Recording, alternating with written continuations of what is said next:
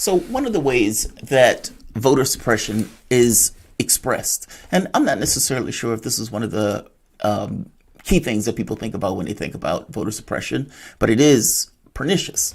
Long lines.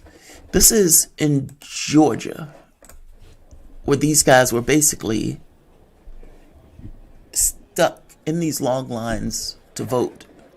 We're talking about hours in a line waiting to do your constitutional duty to vote for this person or that person. Think about what that does for the moment, and think about who that does to, or who it's done to. Let's say it that way. What communities end up with these long lines, and what communities don't end up with these long lines? You had some locations where people had to wait 10 hours in a line, 7 hours in a line. And this is something that we see election after election after election. And look, the entire point of this is some degree of Republican dogma. Republican idea is that their chances in the electorate go up as the electorate goes, as the number of people who vote goes down.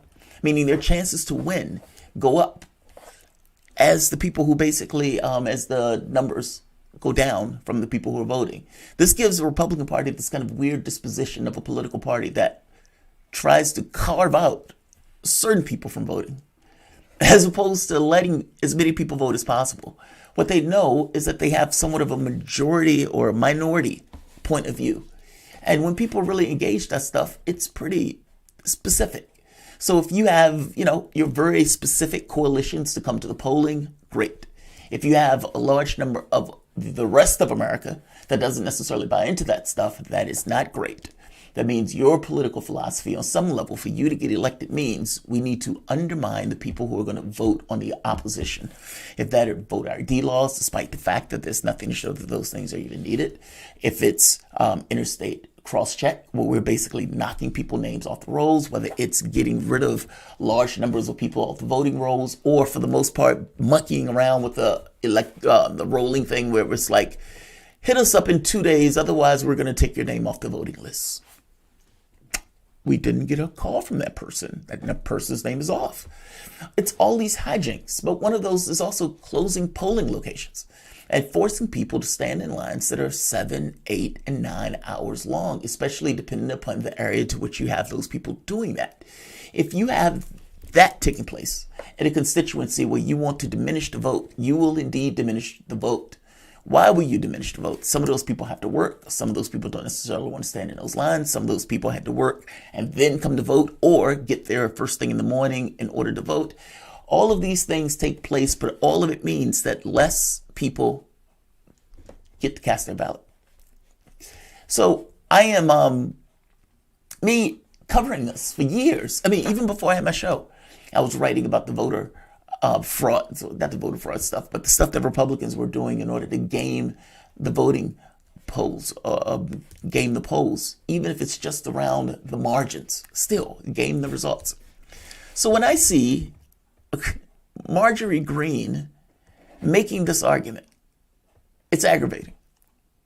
She's basically ranting about the metal detectors being somehow akin to those people that had to stand in those 8-hour lines. No, you don't believe me?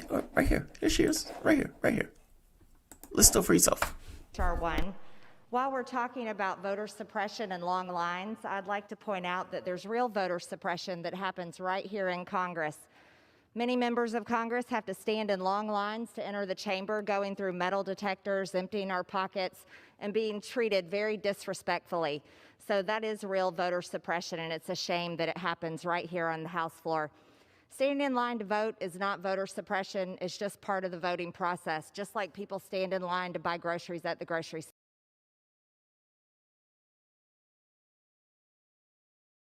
That rant is proof that that woman is dumb as a box of rocks. Wet rocks. And I don't know the value of the wetness in regards to the level of dumbness, but God knows it's there. Are you really going to make that argument that me walking through Capitol, having to go through a metal detector, is the same thing as people having to wait 5, 6, 7 hours because polling locations were shut down, or because, they wanted to monkey around with the way the districts were drawn, or whatever. I'm making the point that those things are not the same at all. Those things are not similar at all. And it's not even the same thing as standing in line for a grocery store. Fact of the matter is, from the voting standpoint, there's all sorts of things that state and local governments can do to make voting easier and to make voting one of those things that is, more ubiquitous, that more people can engage in. But that's not typically the way it works. The way it typically works is the Republican Party decidedly tries to carve off part of the electorate, even if it does so only with percentage points. Think about the percentage difference. Trump and Clinton in Wisconsin or Pennsylvania, or for God's sake, Ohio.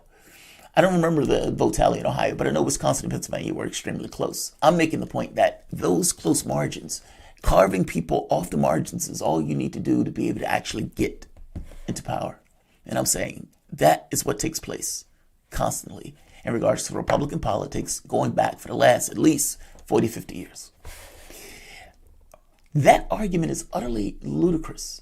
I mean, even without putting in the political angle on it, you can expand voting to 2 weeks, which is what H.R. 1 is going to do. You can make mail-in voting more ubiquitous, which is, again, what that seeks to do. And by doing so, you can cut down the number of people that would have to stand in those lines in order to make that tally. Meaning, instead of that line being 6 hours long, maybe it's 2. Maybe it's not even 2.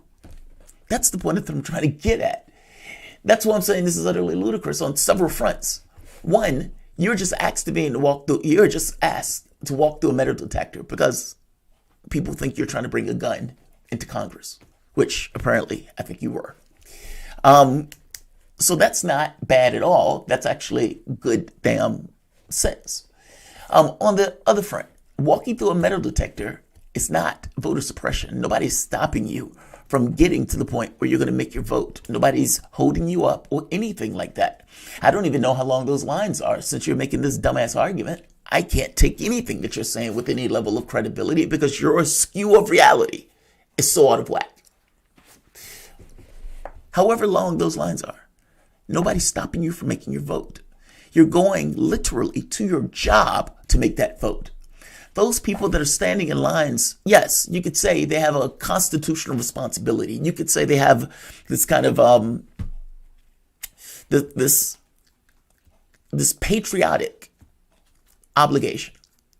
You could say that, but they're not getting paid for that in a way that they're going to get a wage. You are literally going to get a wage and walking through metal detectors. Even if it's a long line, you're going to your job. Those people are not going to their job. They're not going to get a wage. They're standing there in the rain, in the cold, in these long lines to choose a candidate that they want. They try to run the government to make their lives better. Those things are dramatically different. Those things are not even the same. And it's a travesty that you even use that as your example. Those people suffered in those long lines. Like, I'm trying to get a point across to you that people shouldn't have to stand in 7-hour lines to vote. Voting should be something that should be easy. It should be something that the public is encouraged to do.